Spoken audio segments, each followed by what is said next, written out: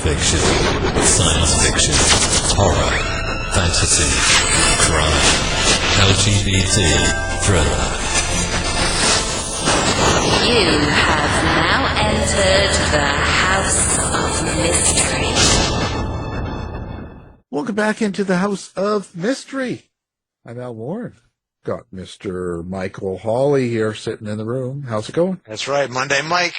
Monday Mike now instead of Wednesday, Wicked Wednesdays. Wicked Wednesday Mikes. That's right. Still doing that too, but he's on payback duty. He's been a bad boy. Of course. Bad Mikey, sit in the corner with the old hat, And again, see, I'm doing you a favor. We've got the teacher here. I know it, and I'm also a teacher of teenagers, so I'm really interested to hear Tara's story. Yeah, interesting. Yeah, but the thing is, she's probably a good teacher, whereas I'm not going to say what you are. Al, you know too much about me. That's the only problem. I know. Well, we're going to be talking about the book Chasing Through Time, and we've got Tara Hodgson. Thank you for being here. Oh, thank you so much for having me. Nice speaking with you, Tara. Nice speaking with you, too. I don't meet many other teachers of teenagers, so it's always nice to commiserate. Yes. We'll have to have like a kind of one that we don't air. We'll have to have an interview. some of those stories. Yeah. Oh, there's a lot of them. Yeah. Oh, yeah. Yeah, I tell you, I could imagine. I don't know if I could do it. That's a lot of work. Well, the way I look at it is sometimes I say, try to teach to people that don't want to learn. That's a different animal. Yeah. So. Absolutely. Yeah, I saw one somewhere too because I teach language arts, and it's like, imagine planning a book club and nobody wants to read the book but you. That is teaching language arts. Yes. Yeah. Yeah, no, it's and there's a lot of personalities. And everyone has a life and what issues and things are going on, and they bring it all into the room. Yeah. And there you are, I can understand. I always attribute it to Groundhog Day. Every day, every year, it's the same personalities and issues and problems, slightly different faces, but it's always the same every single year. Yeah, I agree. So listen, you do that for a living, but so why are you writing a book? Like, what is going on? Like, who hurt you? Is there something? I've always been a writer, like just privately. Like when I was a little kid, even I would write little chapter books, and my auntie was a published author, so it's kind of been around in my family. And I just had like a story I wanted to tell, and my husband was like, well, why don't you just write a book? I was like, yeah, nice. Maybe I will. And then I did. So there's support from your spouse, then. That's nice. Yeah, well, there has to be because I have 2 young kids, too. So in order to get any writing done, I definitely need some help. Wow. Yeah.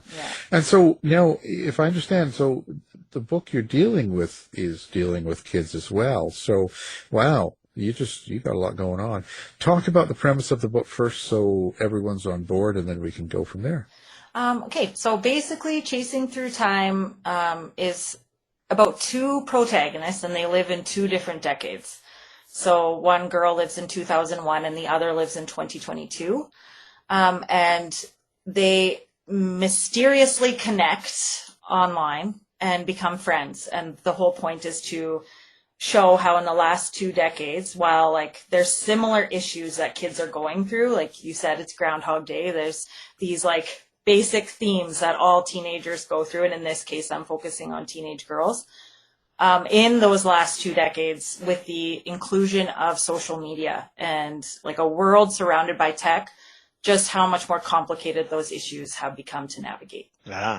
Yeah, it is quite the... So now you're 2 main characters here. Yeah. How do you get into the mindset where you can write from their points of view? Do you know, so that the reader understands both of them? Yeah, so it goes back and forth. We start out with Sarah in 2001, and I graduated in 2002 from high school, so I just kind of drew on my experiences and talked to friends, and she's very much inspired off of me, like very much my personality.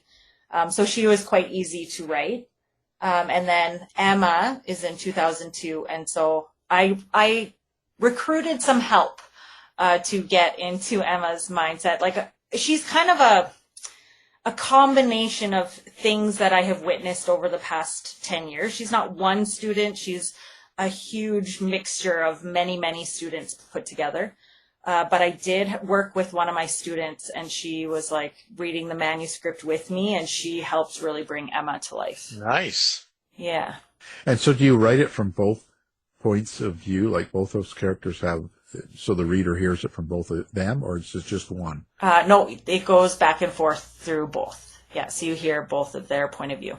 How do you keep it so that the reader doesn't get confused? Do you have a certain style or method that you can work on to do that? I just had like a really big outline, so I could like kind of keep things in order, because I did follow actual calendar dates and lined everything up. So they're like, when you read Sarah's point of view, it's on like, let's say January 17th, and then you go to Emma, the next chapter, you're on January 17th again, but obviously 2 decades later.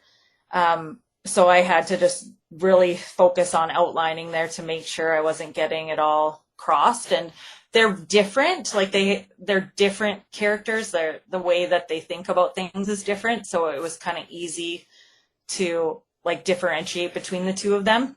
Like Emma's a little bit more angsty. So I kind of, went way more negative and angsty on her side of things, whereas Sarah's a little bit more innocent and naive. They interact with each other then? Yeah, they do end up interacting. So it's a contemporary novel, but with a magical element. Okay. These characters, these main characters, do you actually hear the voice, or do you picture them or see them?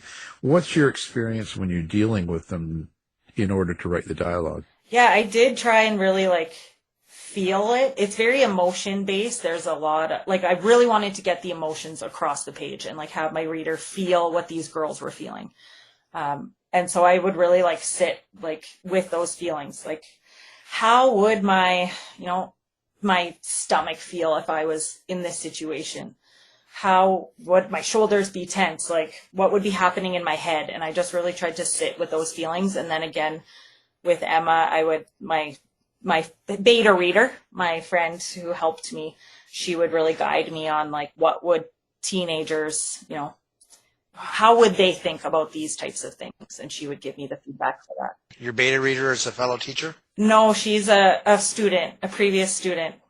Oh, okay. So she brought, because I am an elder millennial, so to speak as somebody who was a teenager in 2022, she was my go-to for that, building that character. Yeah.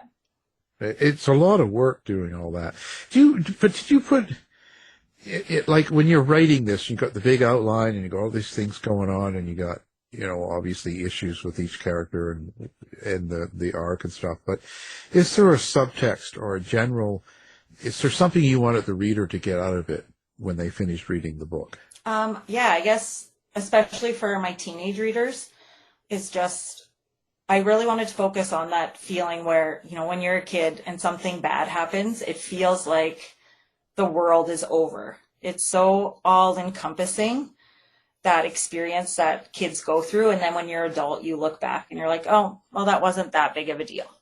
I wanted them to really get that point that even if things get really, really low and really, really hard, it gets better. There is light at the end of that tunnel, and there's hope. And so that's kind of how I moved towards the end of the book. There's some sort of good that comes out of the bad. Exactly. In a way. Yeah. Yeah. So it's a young adult. Yeah, but I would actually, because the other character is in 2001, I've actually had a lot of adult women really resonated with it as well, because they can relate to that character.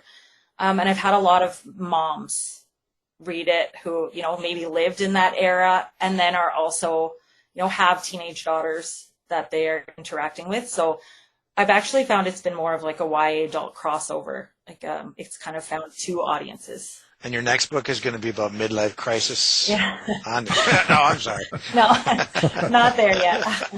Okay, gotcha. So when you do something like this, what's the hardest part about writing a book like this? I guess just really getting the emotions across and making it feel authentic and real. I found there were some parts, especially when I was drafting, that could maybe start to feel cheesy, and I'd have to how do I rework this and really make it feel genuine and authentic? And I found dialogue very challenging. I don't like writing dialogue. I'm working on that. In my second book, I've gotten a lot better. I think it's something that just takes time, and as you work at it, and because each time you do a book and write a story and have dialogue in it, you'll get better at picking up on the real thing and what's real and sounds good and sounds believable and what doesn't. Yeah, you know, exactly. I think it just becomes better.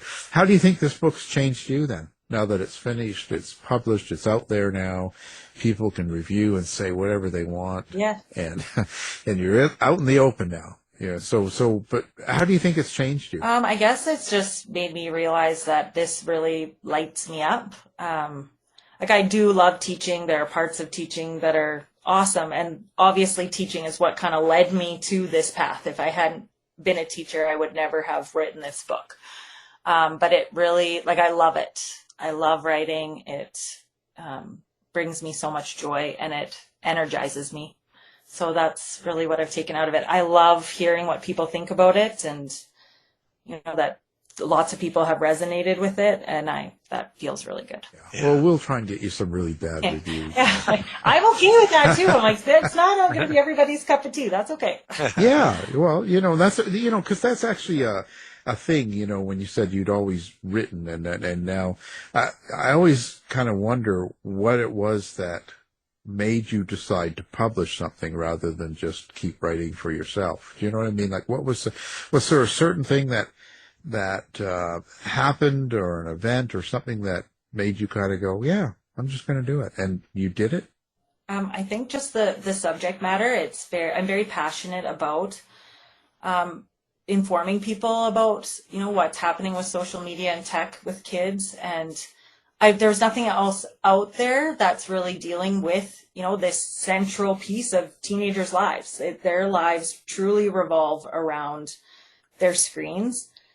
And I want to communicate that with people. And this was the only way I really knew how to get it out there and start some conversation. What I like about this is being an educator. To me, it shows people that educators, the underlying everything is they care. Mm-hmm. And you can see you've got that care there, and you're now extending that to your writing, which is reaching more people. I love that. Yeah, I do. I really wanted to get this message out there, and even my second book kind of deals with similar themes, because I just think that there's nothing else out there like this for fiction writing anyways. So. And teachers need love too. Oh, yes. We get a lot of hate, so. That's right. Yeah. Well, and so your social media, why have that as a subject? You know what I mean? Like, what was it that drew you to this? Of course, everyone's doing it, especially the younger generations. But is there a reason or something that put you to social media first? Yeah, I think just the changes that I've witnessed in kids, especially since COVID. Just like, it's really alarming sometimes seeing how dependent they have become on their devices, and you know how many. You see it too, right? I hear stories from kids about, you know, the pictures that they're sent, and, you know, things that are happening at home in the middle of the night, messages they're sending each other, and the stuff they're being exposed to. It's really alarming, and as a parent as well, and as a teacher who's witnessing like changes in behavior and the influx of anxiety and the cyberbullying and all of that stuff, it just was a no-brainer for me to pull that in as my main subject. Yeah. Mike, stop sending out those pictures. You know, hey, someone's got to do it sometimes. You got to be a bad guy sometimes, okay, Al? All that bad stuff you're saying. Well, you know, but, you know, to me, it can, you know, Mike and I are a little older, and so, but in our generation, it was probably the TV and the music, right? You know, that everyone, the older generation for us, were kind of going, oh my God, they're watching TV all the time, and they're getting all this bad stuff and all that.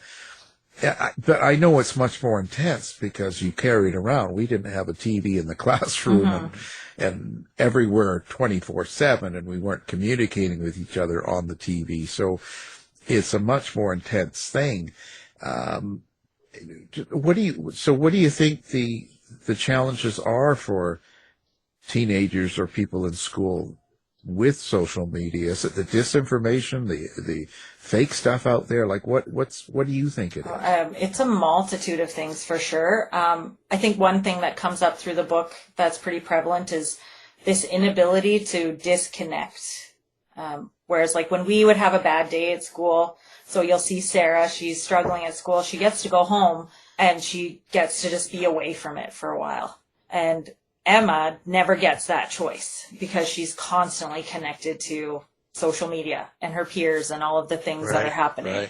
Right. So I think that's a big part of it. And then, that just all those issues that are happening on the phones at home are creeping into the classroom too. And it affects that anxiety piece for kids for sure. So I think that's a big part of it. I think just like the amount of information they're exposed to and like the maturity of the information they're exposed to. So like television, you can monitor what kids, who they're talking to. They're not communicating to anybody over the television, right? They could just kind of sit and watch TV. You can do that as a family still where you're all together. Whereas kids when they're on their phones, they're not even thinking about anybody else. They're completely locked into this device and they have the whole world at their fingertips. They can search anything and they do. And a lot of them, their young brains are not capable to deal with what they come across. As a matter of fact, in the old days, Al, our days, what I would say, the fighting that would go on would be kind of like in the middle of the week, but now it's Monday morning. Yeah. When they get back from the weekend, and then there's Monday morning. They're all connected, interconnected all the time. Yeah, absolutely. Yeah, it's crazy. Yeah, no, it's crazy because like my dad could say you couldn't watch this show or you couldn't do that. They had a lot more control over us. Exactly. In that way as they do now. Like they don't, Well, now the kids watch Netflix on their phone alone in their room. They're not even watching it, as a family. I'm like, I don't know how I feel about that. The screen times, I tell you, it's alarming. Yeah. So what's the answer? We need an answer from you. You got to fix it right now. I wish. I think just delaying the freedom that kids are getting on the devices. I know there's no protecting them from it entirely. Open conversations are really important. And I know in the book, Emma, so she's the one in 2022, her family is super disconnected from each other as well, because I wanted to get across the point that it's not just affecting kids. Like you see parents at, their kids' soccer games and they're staring at their screen, or you go to a restaurant and you see families and they're all sitting there on their screens. So the family in Emma's situation is completely disconnected as well. So I think, having conversations with your kids, modeling for your kids, responsible use with tech. Don't give kids telephones in the bedroom. Like, why are we giving them access to the full internet all through the night? And just, open communication, because you're not going to protect them from it entirely. It's impossible. Like when Mike and I were kids, of course, it was about trying to get a TV in your room, right? Yeah. And then you never want to leave. Yeah, but good luck. They weren't going to do that, not. right? It was just. But now, they can do whatever they want on their screens all through the night. And most kids I know have their phones all through the night. There's very few parents that actually take it away from them. Yeah, well, and I to be fair, I have mine too, but then I don't have it turned on in a sense. Do you know what I mean? So it's not like I'm sitting there and surfing in bed all night. Yes. Oh, I'm sorry. I was on my phone. What were you guys talking about? Yeah. That's what he does. Yes. He's that guy that never gets off. But do you think that they, like with our generation, I kind of make fun of it, but we did a lot of things that our parents couldn't do, and they thought it was kind of wild and outrageous and different, and do you think that the young generation will learn how to deal with this sort of better, and it'll be okay, it'll get better with their kids? I hope so. I think there's definitely, I see some kids who just have better boundaries with it than others, depending on that personality type, right? Some of them just are athletes, or, you know, they have other things going on in their lives and they don't let it consume them. My worry is that it's some of those like more vulnerable kids who they really find like solace and companionship with, you know, their screens, and then that removes them further and further from what they actually need, which is real connection with humans. So I hope that there's like some point we get to in kids, you know, it does get better, and maybe they will learn from their, you know, if they wasted their whole teenage years on a screen, and maybe they will do different for their kids. I don't know. I would like to think so. Well, the silver lining of the COVID thing in my district was the big push was computer everything, online everything, almost get rid of a teacher. And then when they found out, when we were forced to have kids at home when we were teaching, we lost 30% immediately. So there has to be that face-to-face interaction. Absolutely. Well, and kids need that. They need to socialize. That's part of their development. It's extremely important that they're socializing with peers, and some of them just aren't unless it's over a screen. Yeah, and Al, I had a hard time because I don't like kids. What did I say? Did I talk too loud? No. Because you're with them all the time. Yeah. Well, you know, it's all good. You know, I prefer a dog, but that's. I prefer cats because they just even go to the next level and leave you alone entirely. That's right. Yeah. Just put the food down and leave. You don't have to entertain them. You know, it's wow. So you're writing another book already, and are you using some of the same characters, or is completely brand new? It is completely brand new. However, it takes place in the same world, which is it's a small town with the rural surrounding areas, because that's where I live, is in the rural area, rural Alberta, Canada. Sorry. Yeah, it's a little crazy here. Cold. We're hot right now, but it's really cold in the winter. And then there is one character that crosses over, just like a minor character. And so the magic, when you say magical and stuff like that, so is this something that's different in your book, or is it something that's standard in magical practice? I've never read a book that had two characters connect on MSN Messenger from two different decades. So I would say it's pretty unique. But the whole point was I wanted their paths to cross, to really like juxtapose their two situations, and they actually end up becoming like the support that they're not able to find in their own time. They're able to, so it actually uses tech also in a positive way, and how they are able to make that connection with each other that becomes really pivotal in their futures. They could actually listen to some of the same music in a way, but yeah, they could, not. but not quite. No. Yeah. Well, it's interesting. It's very, very good. It's unique, and I hope it does well for you, you know, everything. And so let's talk about where people find you. Social media. Do you have a website? Where do people find you? Yeah, so I'm primarily on Instagram and Facebook for social media, at Tara Hodgson Author. And I like to post there a lot about chasing through time, about what I'm reading, and about my upcoming projects. And then I do have a website as well, which is just www.tarahodgson.ca. Well, thank you. And, of course, the book, Chasing Through Time, and it's Tara Hodgson. So thank you for being here. Oh, thank you guys so much. Nice speaking with you, Tara. Thank you so much. This has been a production of the House of Mystery Radio Show. To find out more about our show, guests, or hosts, go to our website at houseofmysteryradio.com.